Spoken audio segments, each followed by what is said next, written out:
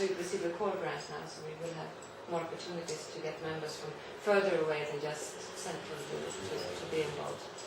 I think I just stop there for now and I'll let you introduce your organization. Yeah, my name is Ulrich Busse. As I heard, I come from Germany, and I represent here in Brussels a German office from 6 big charitable social welfare associations like the Diaconia, like Caritas in Germany, like Red Cross, like the Workers' Welfare Association, the Jewish Welfare Association, and we have six translated Retelei. That means it's more umbrella organization for independent groups on local, regional, and national level. Not equally treated as industry and commercial lobbyists. Okay. There were more requirements on us as NGOs versus the business lobbyists. And first to group us together is not fair because we work for common good and they work for a very specific group, industry. So we will have to be part of that review of the register and follow the development to see what the experiences are from the Commission side. And there are some initiatives from the Commission, for instance, the White Paper on Good Governance. But they're just little pieces, it's not a coherent approach, and that's why we like to have what we call EU Charter for Civil Society in place, where we can put in everything that exists and get better terms for consultation, for instance. 8 weeks is not enough. Minimum 12 weeks for us to get it to national level and to work it down to local, regional level.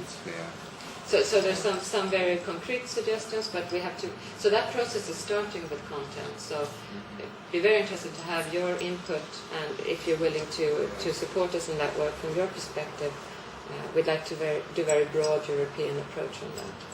We would like to support and get involved at issues at the European level. And if you have such a review or such an initiative, I think we would be glad to support. To sign and maybe get in contact with the Romanian MPs or a Romanian Commission member, whatever he or she will be the next Commission. Exactly. Yeah. Now, and try to get support from Romania for that initiative, and maybe inform citizens and local domestic agenda about that initiative, because I think it's not connected. Our agenda at domestic level with what's happening in Brussels are not connected. I'm not feeling a connection that we are talking the same language, the same topic. So politicians are getting votes on some domestic agenda and then are coming here to Brussels talking something else. Yeah. And it's really to understand, even though EU policy seems very abstract sometimes, you still have to see how it is connected to national policy and reality for the work we do. That's our aim, trying to get some themes from Brussels, discuss at national level to Brussels, to make some connection what is possible. That we want, definitely. We will keep you informed of. Have you looked at our webpage some of the position papers we've done in the past? I've looked. I don't know my colleagues. If they look, I've looked at some. I saw the transparency initiative. I was interested in that point mostly. Yes, and that work will continue because the transparency initiative is continuing as well, of course. So we will try, and then in the working groups, and we recognize that not all members can come to meetings, so especially for civil dialogue, we'll try to do some virtual meetings. CEDAG accueille favorable la communication de la Commission européenne sur l'inclusion active des personnes les plus éloignées du marché du travail.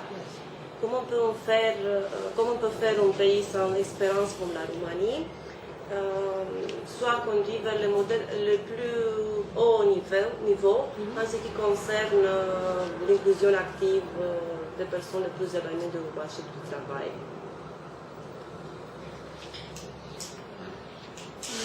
Our French is also, but you want to know. But I understand English. Yes, yeah, good.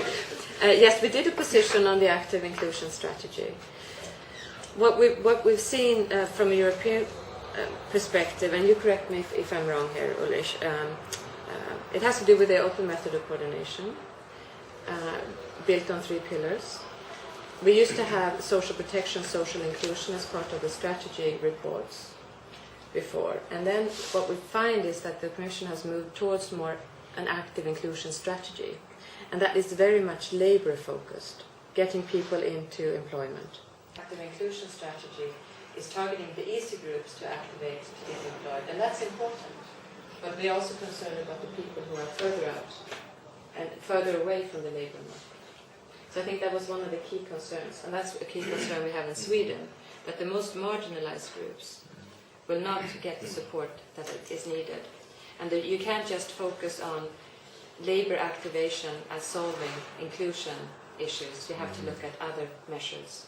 You have to look at the rights for disabled, for instance. You have to look at a lot of rights-based legislation joined together. We need to find, as we said, a coherent approach towards all organizations to have equal terms to be involved. There's a lot of ad hoc lobbying happening. It varies a lot, DG by DG in the Commission, who you know. Some of them are just called the social platform and want an opinion. There was a handbook on social considerations in public procurement that was mailed for input to the platform, and we had 2 days to react. That's unacceptable. It was eventually extended, but that's the situation. So it's not at all perfect. But I would say that access to decision makers, and people are quite willing to meet with you and talk to you when you call Commission MPs. And there are good examples as well where they follow the protocol and open wide consultation. But it varies situation by situation, and it's not perfect. Not at national level either. Yeah, we have it's regulated, the lobby in your countries. It's the lobby process. It's Sweden.